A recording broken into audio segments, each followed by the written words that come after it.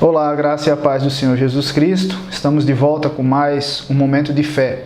Eu gostaria de ler apenas alguns versículos que se encontram na carta de 1 Timóteo, carta do apóstolo Paulo a seu discípulo Timóteo, no capítulo 4, versículo 1 e versículo 2, que diz o seguinte: O Espírito de Deus diz claramente que nos últimos tempos alguns abandonarão a fé. Eles darão atenção a espíritos enganadores e a ensinamentos que vêm de demônios. Esses ensinamentos são espalhados por pessoas hipócritas e mentirosas, pessoas cuja consciência está morta, como se estivesse sido queimada com ferro em brasa. Eu queria falar um pouquinho sobre essas mentiras que nós, de certa forma, já aceitamos como realidades sociais ou verdades sociais, talvez, mas que muitas vezes não tem nada a ver com o ensino bíblico. Qualquer ensino que tiver numa contraposição ao que a palavra de Deus ensina, não é algo que vem de Deus, e a gente tem que ter muito cuidado para não viver ou não aceitar princípios que não sejam da palavra de Deus, que não venham de Deus para a nossa vida, porque eles trazem grande consequência. E dentre esses princípios ou essas falsas filosofias que são espalhadas aí afora, que nós poderíamos dizer que são mentiras de demônios, como o apóstolo Paulo orienta Timóteo que aconteceriam nos últimos tempos, eu queria citar pelo menos 3 que são bem divulgadas socialmente. A primeira delas é que nós temos valor pelo que possuímos. Infelizmente, nós chegamos a esse patamar onde as pessoas elas são valorizadas, onde elas são benquistas quando elas têm algum status social ou quando elas têm algum dinheiro. Sendo que, biblicamente falando, Jesus nunca enfatizou isso, a Bíblia mesmo não enfatiza isso, e muito pelo contrário, Jesus enfatizou muito mais o ser do que o ter. Por isso Jesus disse lá em Mateus 16, 26, do que adianta o homem ganhar o mundo inteiro e perder a sua alma? Ou o que ele pode dar em troca da sua alma? Nós temos também a parábola que Jesus conta lá em Lucas capítulo 12, do rico insensato, que passou a vida juntando tesouros, que passou a vida juntando riquezas, mas morreu. E aí quando ele chegou diante de Deus, ele não tinha nada para oferecer. Ou seja, ele se preocupou muito mais no ter do que no ser. E aí ele conclui, no próprio texto de Lucas capítulo 12, ele diz, olha, a verdadeira felicidade, a verdadeira vida de uma pessoa não consiste dos bens que ela possui, mesmo que sejam muitos. Então nós temos que tomar cuidado com essa questão materialista que nós temos observado nesse mundo que nós vivemos hoje, infelizmente, dentro de algumas teologias ou pregações que são ensinadas por aí, onde enfatizam muito mais o ter do que o ser, quando a Bíblia, na verdade, Jesus enfatizou que nós devemos ser muito mais do que ter. Na verdade, nós devemos abrir mão de certas coisas para poder ser algo aos olhos de Deus.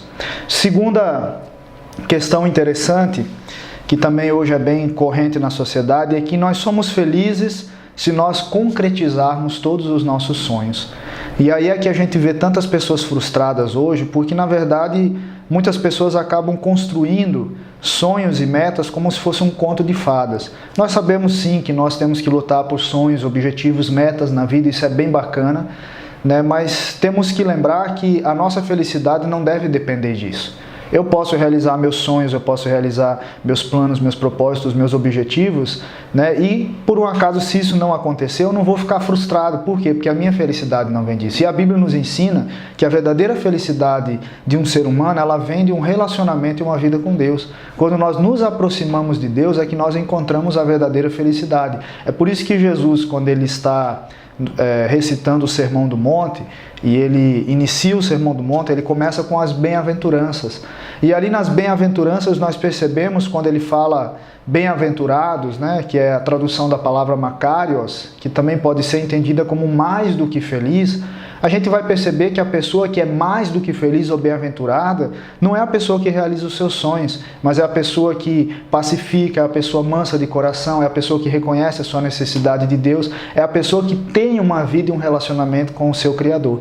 Então a verdadeira felicidade vem disso, não de realizarmos sonhos, projetos, porque tem muitas pessoas hoje negligenciando a sua vida com Deus para correr atrás de sonhos e projetos. Então cuida, como disse o próprio Jesus, buscar em primeiro lugar o reino de Deus e a sua justiça, e e as demais coisas vos serão acrescentadas.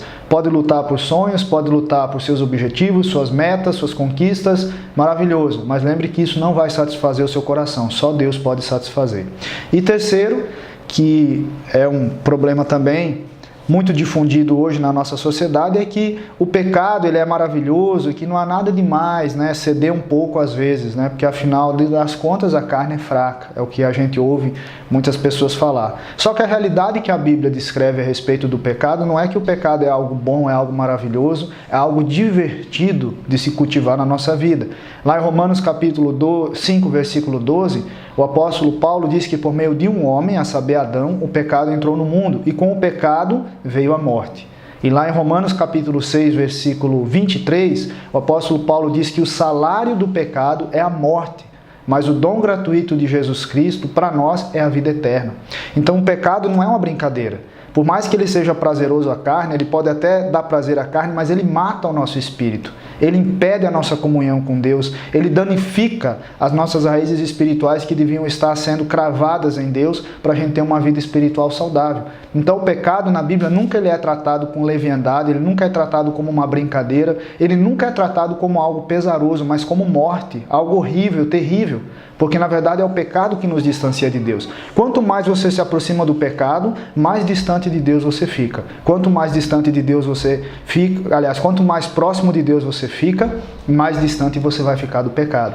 Então nós temos que escolher para que lado eu quero ir. Se eu escolher o lado do pecado, eu vou caminhar para um precipício, para a morte. Por isso que Salomão diz que há caminhos que ao homem parece direito, mas que levam a um precipício. E esse é o caminho do pecado.